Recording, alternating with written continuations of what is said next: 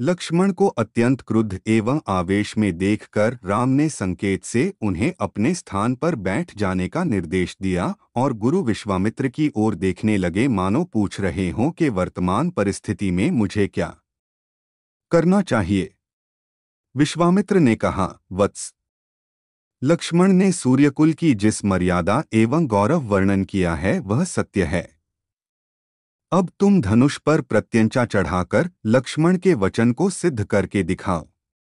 गुरु की आज्ञा पाकर रामचंद्र मंद गति से पग बढ़ाते हुए शिवजी के धनुष के पास पहुंचे।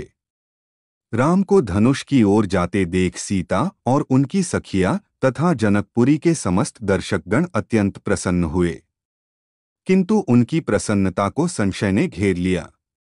वे सोचने लगे कि जब विश्वविख्यात शक्तिशाली राजा और राजकुमार इस शिवजी के धनुष को हिला नहीं सके तो राम जैसे सुकुमार किशोर पिनाक की प्रत्यंचा चढ़ाने में कैसे सफल हो सकेंगे।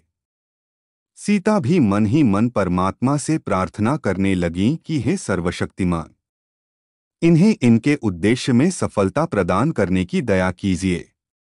मेरा हृदय भी इनकी ओर आकर्षित हो गया है, अतः इसकी लाज भी आपको ही रखनी है।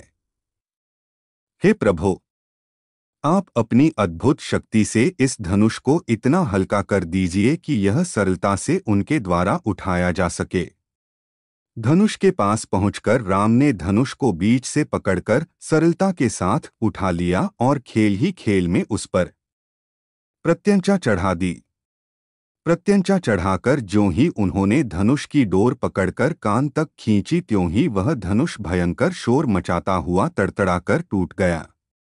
उस नाद से अधिकांश दर्शक मूर्छित होकर भूमि पर गिर पड़े। सिर्फ विश्वामित्र, राजा जनक, राम, लक्ष्मण आदि कुछ ही ऐसे लोग थे जिन पर इस भयंकर स्थिति का कोई प्रभाव नहीं पड़ा। कुछ काल पश्चात जब सबकी मूर्छा दूर हुई तो वे राम की सराहना करने लगे। धनुष भंग हो जाने पर राजा जनक ने विश्वामित्र से कहा, मुनिवर, मेरी प्रतिज्ञा पूर्ण हुई, इसलिए अब मैं सीता का विवाह रामचंद्र के साथ करना चाहता हूँ। मुझे अपने मंत्रियों और पुरोहित को विवाह का संदेश लेकर महाराजा दशरथ के पास अयोध्या भेजने की आज्ञा दें।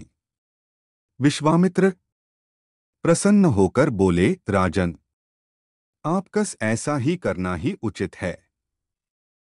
अपने मंत्रियों को यह भी आदेश दे दें कि वे राजा दशरथ को संदेश दे दें कि दोनों राजकुमार कुशल पूर्वक यहाँ पहुँच गए हैं। विश्वामित्र के वचनों से संतुष्ट होकर मिथिलापति जनक ने सीता को बुलवाया।